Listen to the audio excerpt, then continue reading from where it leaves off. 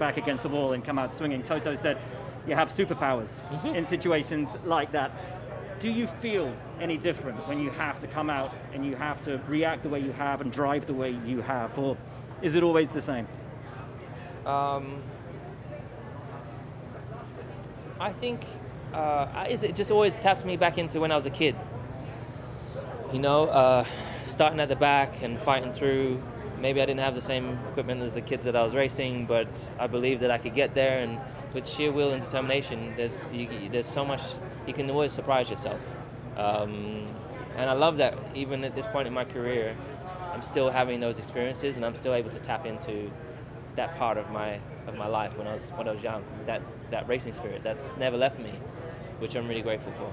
It's a part of your racing that's always been very evident. I know when you were younger, you very nearly signed with Frank Williams. I know we've discussed this, and he phoned you up, he wanted you because you were the kind of racer that he loved. Obviously, we lost him just a few days ago. What kind of a guy was Frank Williams? What did he mean to this sport and to you? Yeah, honestly, Frank was one of my favorite people in this industry. Just generally one of the kindest people and realest people that I'd met. He, regardless of my journey, it never ever. I didn't get the sense that he ever judged me. He was always truthful with me and very, very sincere, and just a lovely human being. So I think he's had a huge impact on this sport. And yeah, I've always been a fan of Williams, and I still am today because of what he created. And yeah, he will be missed, but his legacy will live on within this sport. And I'm grateful to have lived in a time of being able to watch what he achieved in the early days, but also to have been on the car with him and take him around the track and get a reaction from him. These are great memories I'll always keep.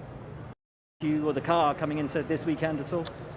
For now, what we've seen should be all okay. But yeah, it was not ideal weekend, but I'm lucky.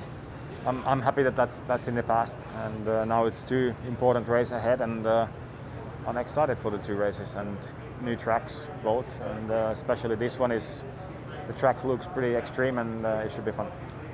Do these tracks naturally lend themselves to Mercedes, or is there a feeling maybe of a momentum of swinging back for Mercedes from these recent races where you appear to have taken the grip back from Red Bull? It's so hard to predict, with a new track, how the car is going to behave, if there's going to be big balance issues and everything. But normally fast tracks are good for us, and this is one, but you just don't know. And in terms of momentum, I don't know. I just feel like the team is really keen to get these titles, and we are. The atmosphere is good. And I was asked before, are we nervous or do we feel pressure? At least from my side, not at all. It's just excitement that it's going to be a super cool end to the season.